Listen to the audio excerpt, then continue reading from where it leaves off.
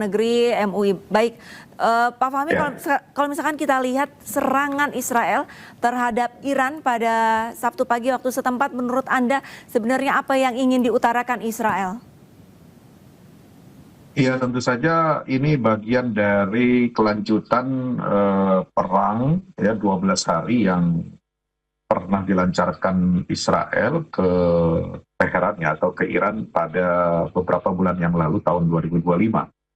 Ya, dan serangan itu kan juga didukung oleh Amerika dan menurut kabar yang kita terima sebelumnya ini mereka berhasil melumpuhkan fasilitas nuklir Iran dan menargetkan beberapa kantor nuklir Iran dan juga intelijen.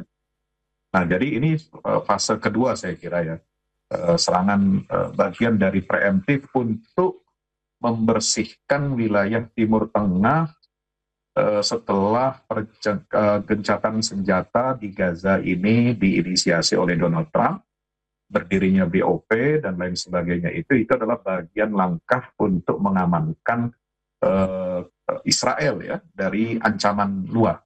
Karena ancaman dari poros yang disebut oleh Amerika sebagai axis of evil ya atau poros kejahatan ini, poros setan ini itu sudah hampir semuanya lumpuh. Ya, mereka menyebut yang masuk kategori axis of evil ini kan Hamas di Palestina beserta faksi-faksi perlawanan Palestina lainnya, kemudian Hizbullah di Lebanon, kemudian ada juga dulu sebelumnya di Syria gitu kan, kemudian juga di Iran. Nah, Syria kan sudah dinetralisir dan sudah kembali kepada kemenangan revolusi rakyat ya. Jadi dan pemerintah Suriah kan tidak ikut cawe-cawe dalam masalah perang regional antara Israel dengan Iran ini. Nah, sekarang yang tersisa ini kan memang pusatnya itu adalah Iran. Nah, saya kira ini upaya bersih-bersih, Mbak, untuk melumpuhkan kekuatan perlawanan yang akan mengancam Israel dalam jangka pendek, menengah maupun jangka panjang. Baik, Pak Fahmi, Anda tadi sempat menyampaikan Board of Peace. Nah, dengan adanya lembaga yang baru didirikan Amerika dan diikut sertakan juga pesertanya ada Indonesia, ada Israel, apakah nantinya Board of Peace juga akan turut serta untuk membawa perdamaian antara Iran dan Israel? Saya kira tupoksi Board of Peace ini tidak menyentuh masalah Iran ya, karena Board of Peace itu baru spesifik hanya persoalan Gaza.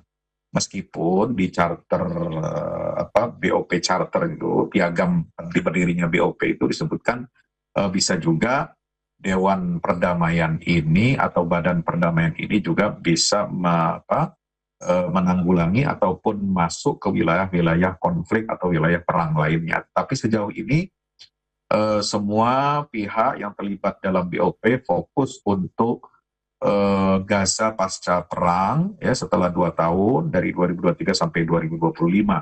Fokus untuk mewujudkan gencatan senjata permanen, fokus untuk rekonstruksi, fokus untuk mengalirkan bantuan kemanusiaan, dan fokus nanti untuk masalah-masalah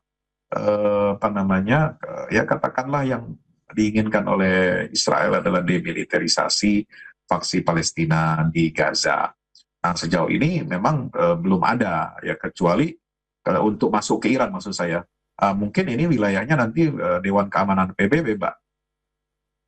Oke, baik. Tapi kalau misalkan kita melihat lagi untuk kondisi serangan yang terjadi di Iran begitu. Kalau misalkan kita melihat 2025, Iran membalas dengan ribuan drone dan juga ratusan rudal balistik. Menurut Anda, Iran menanti apa lagi untuk membalas serangan dari Israel pada Sabtu pagi ini?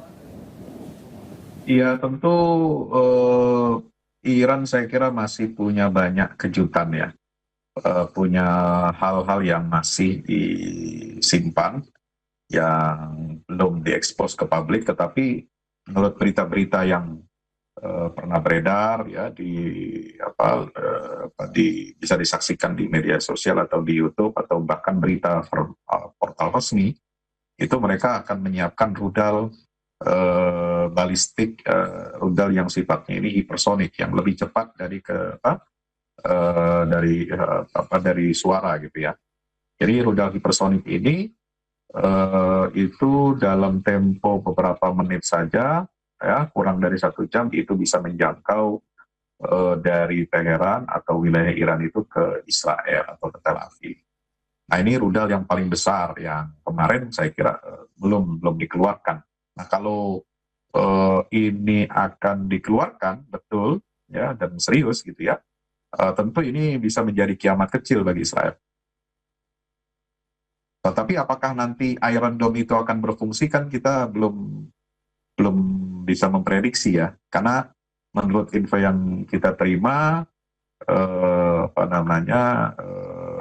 Iran akan mengirimkan drone-drone ya untuk mengecoh ya ratusan mungkin ribuan juga. Nah setelah amunisi Israel ini katakanlah habis ya, rudal penangkalnya itu, maka baru misil yang rudal hipersonik ini yang terbesar itu akan diluncurkan. Nah ini tentu saja akan berimplikasi luas ya. Nah saya kira serangan Amerika dan Israel hari ini ke Iran, saya kira harus dikecam. Bukan hanya oleh dunia internasional, bukan hanya oleh Dewan Keamanan PBB, tapi juga oleh negara-negara Islam, ya, terutama OKI, kemudian negara Liga Arab juga, karena memang ini bisa menambah runyam suasana dan kondisi. Ya, ini bisa merusak perdamaian dan tindakan unilateral seperti ini itu tidak akan menguntungkan siapapun ya, dan ini akan mengancam perdamaian dunia. Baik, Pak Fahmi, kalau misalkan kita lihat untuk serangan ada 2 titik serangan dan serangan juga terjadi di dekat kantor pemimpin tertinggi Iran Ayatollah Ali Khamenei. Sebenarnya dari tujuan Israel sendiri menyerang Iran, kalau kita lihat sama seperti serangan tahun lalu ingin meruntuhkan rezim ini. Lantas menurut Anda seberapa penting rezim dari Khamenei ini diruntuhkan sih Pak? Ya, Amerika punya pandangan tersendiri ya soal rezim Iran ini yang memang merupakan rezim